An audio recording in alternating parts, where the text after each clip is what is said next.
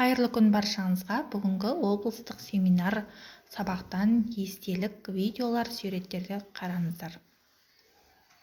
Мысалға, мынау Қадыр Мырзалы атамыздың көк өріс деген өлең.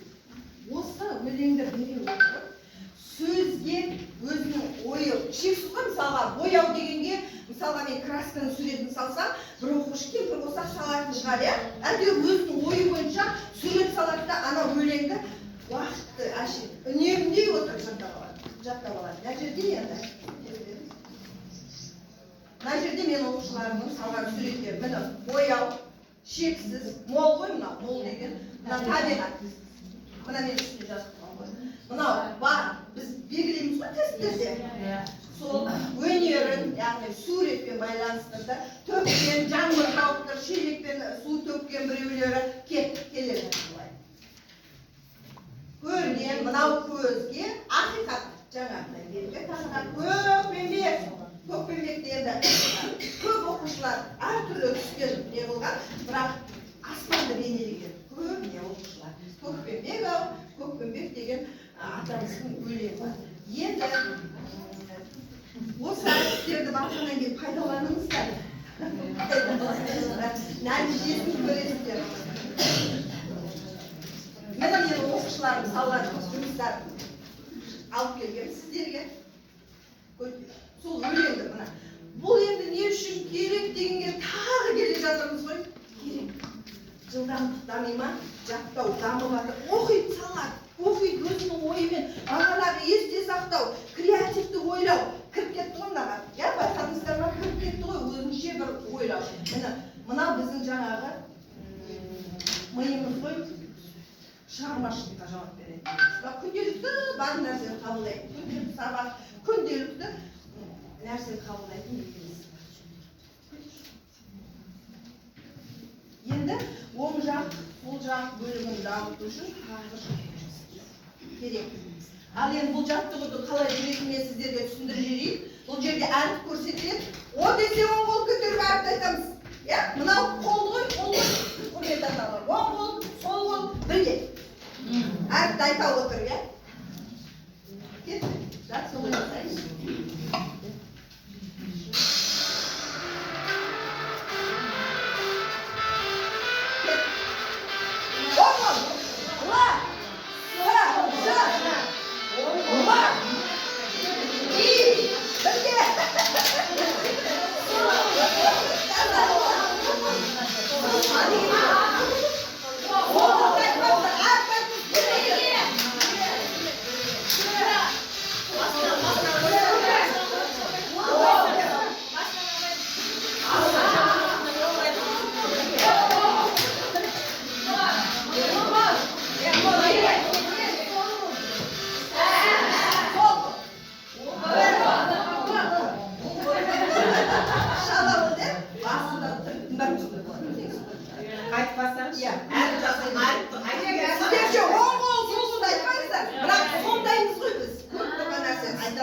Соның ішінен ананы теріп алдыңыз.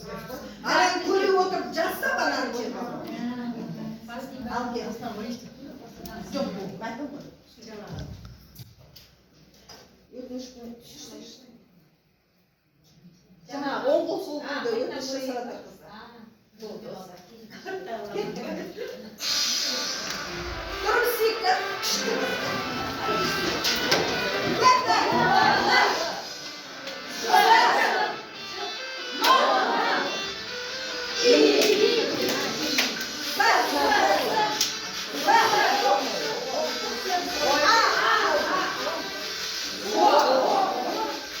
Енді жаңағы өлеңді біз суретпен неғып қой, мынау әдісті бастау үшін бәрі біледі. Бұл баяғы мен 86 жылғы жұмысты бастаған кезде де бар еді. Суретпен ойнап оқу біз әліппемізде бар ғой, баяғы әліппемен оқыған кезде суретпен оқу. Енді бұны жүргіземіз. Не үшін керек? Суретті сөзбен оқу білеміз ғой. Қиын болады, баста бірінші сыныпта қиын болады, кейін олар оқиды.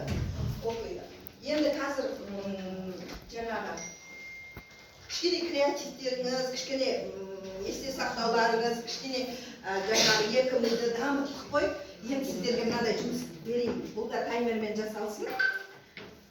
Таймермен жасалсын. Бұл маркерді қолдансаңыз, бала өте жай жазады да, маркерді жалпайып жазылып, сонымен түсініксіз болып қалғандықтан, әрі қымбат болғандықтан, мына ручка базарда 30 теңге екен, сондықтан әрі үнемді. Сондықтан осындай ручка сатып алдым. Бірдей.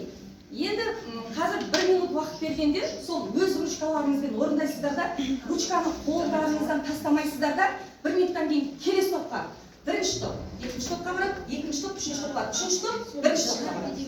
Шығарып кете бересіздер. Бастамаңыздар уақытта. Қалағанымыз шығарып кетеміз. Қалағанымыз шығарып кетесіздер. Содан соң ручканы мен ауысамыз деп айтқан кезде ручкаларыңызды алып келесі топқа береміз.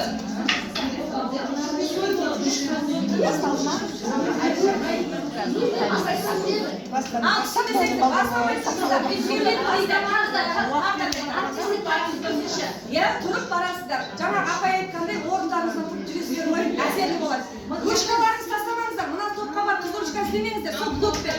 Қай есік шығарсаңыздар өздеріңіз білесіздер. Бұл жерде содан соң біз жарысқанда ручкамен көріп көк ручкамен түсіндіңіздер ме? Бастаймыз ба? Бастаймыз. Ал бастаңыздар. Қалаған шарт етеді.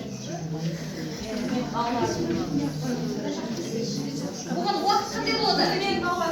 Уақыт қандай болады? Алсамыз. Ручкаларыңызбен алсамыз.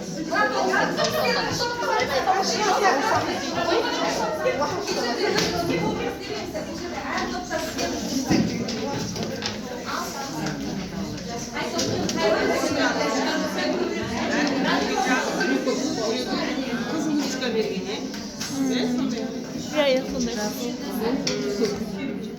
Алсамыз.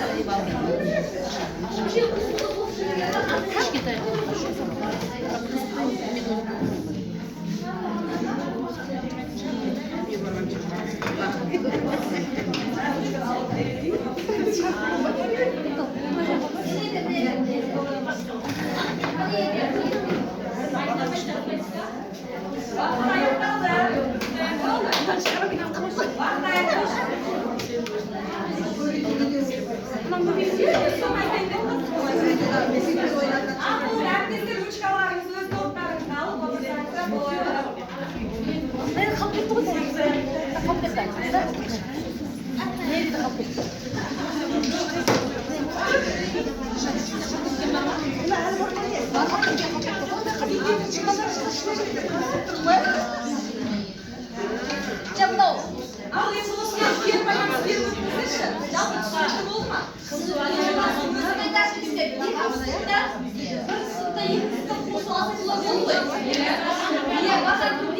Жалпы математикада әріптестер. Азайтуге қосуды білмесек, көбейтуге бөлуді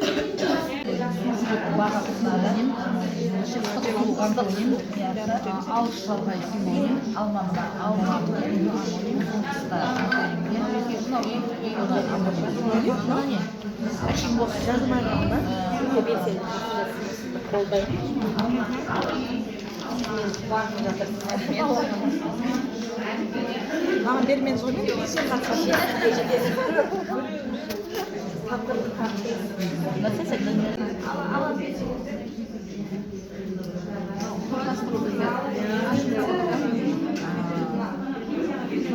қояды.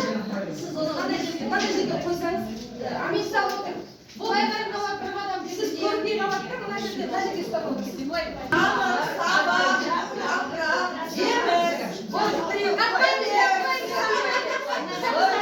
Енді сіздерге сұрақ.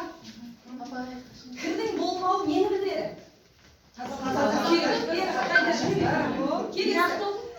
Адамдарды Жоқ, бір қадам кетті ғой.